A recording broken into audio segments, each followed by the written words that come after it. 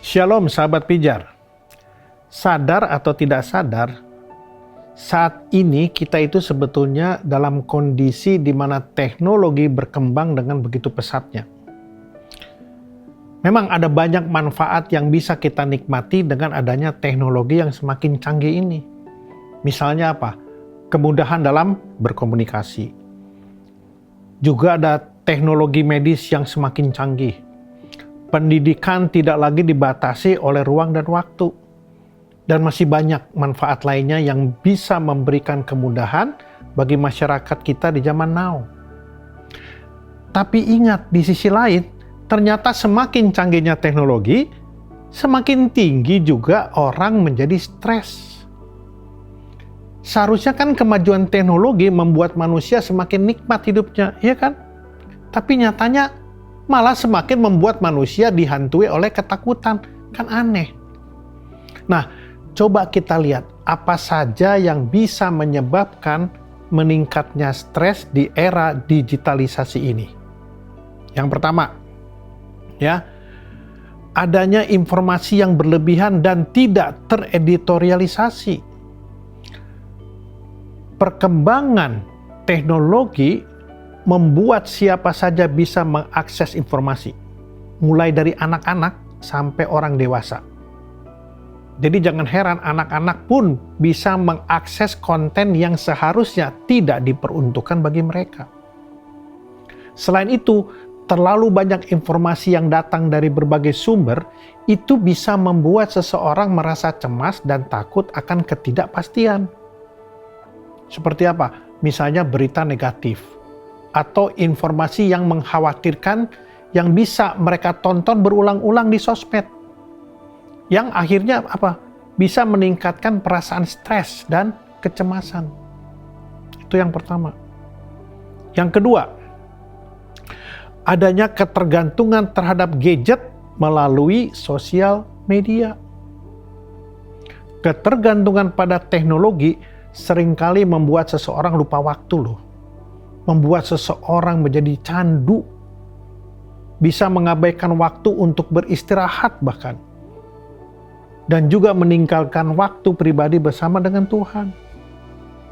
Ya, banyak orang yang merasa lebih nyaman berada di dunia maya daripada di dunia nyata. Bayangin, padahal kita diciptakan bukan untuk berada di dunia maya. Sehingga ketika seseorang lebih nyaman bersosialisasi di dunia maya akan memicu gangguan jiwa.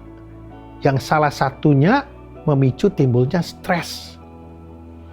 Ketergantungan terhadap teknologi ini juga ditunjukkan dari bagaimana seseorang mencari solusi loh. Banyak orang ketika membutuhkan solusi, ya, yang dicari apa? Google. Atau sekarang lebih canggih lagi, ada namanya AI. Ketika seseorang punya masalah keuangan pun, dia akan mencari solusinya di mana? Di gadget. Melalui apa? Aplikasi pinjol. Apa artinya ini semua? Manusia sudah mulai mengabaikan eksistensi Tuhan yang dampaknya justru membuat ada ruang kosong dan akhirnya menjadi stres. Ya, itu yang kedua. Dan yang ketiga, sosmed telah membuat adanya perbandingan sosial. Sosial media telah membuat seseorang gampang sekali untuk membandingkan dirinya dengan orang lain. Akibat yang paling parahnya adalah banyak orang yang akan berlomba-lomba untuk menciptakan identitas diri mereka sendiri. Melalui apa? Melalui dunia maya. Sesuai dengan apa? Sesuai dengan apa yang mereka inginkan. Walaupun itu tidak sesuai fakta sebenarnya. Contohnya apa? Flexing adalah salah satu dampak negatifnya. Ujung dari semua ini adalah makin banyak manusia masuk ke dalam keadaan stres. Jadi jangan heran, semakin canggih teknologi, semakin banyak kasus bunuh diri di banyak negara, termasuk di Indonesia.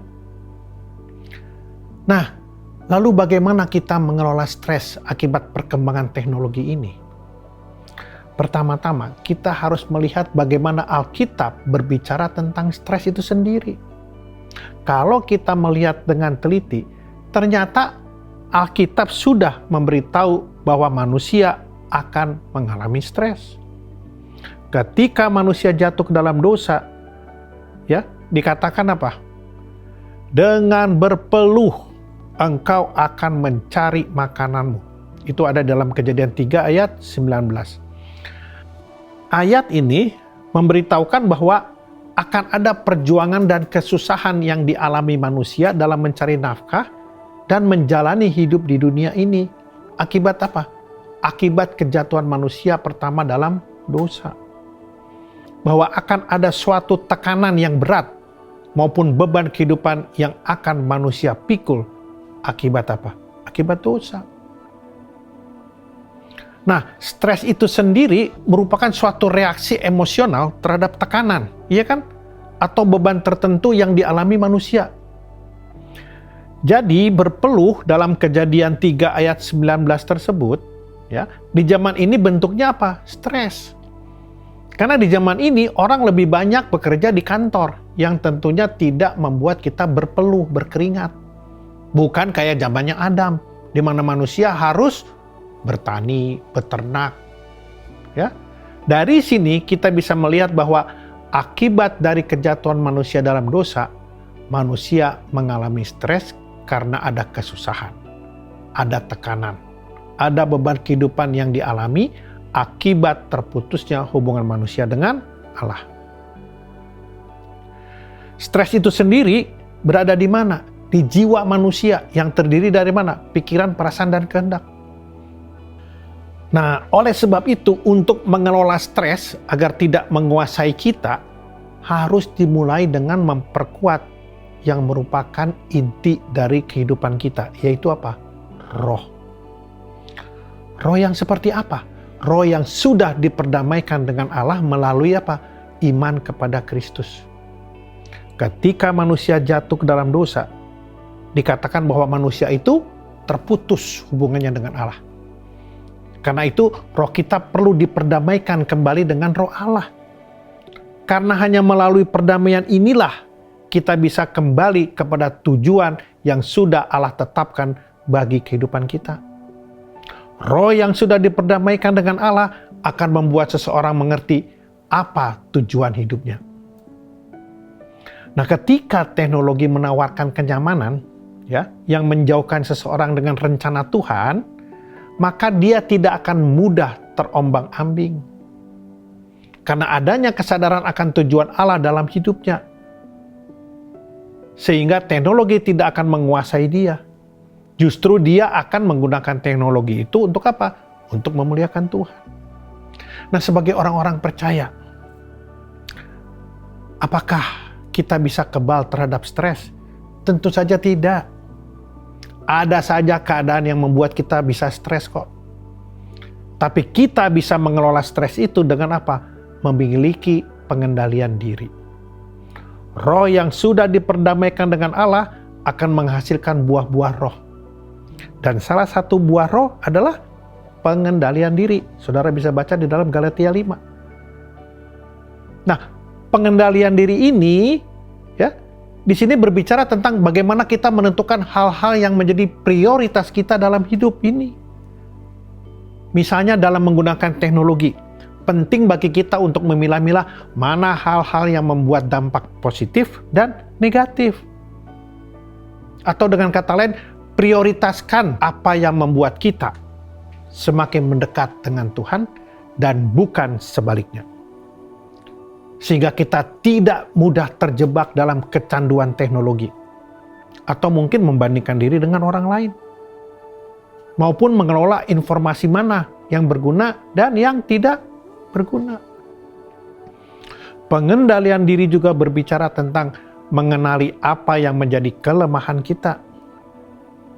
Jika kita gampang terdistraksi atau terpancing dengan misalnya postingan-postingan tertentu, ya batasilah diri kita untuk tidak mengikuti akun tersebut. Nah, oleh karenanya, pergunakanlah teknologi untuk membuat kita semakin mengenal Kristus dan mendorong kita untuk menjadi berkat bagi sesama. Saudara terkasih, kita adalah terang bagi Indonesia. Oleh karenanya, jaga terangmu. Tuhan Yesus memberkati.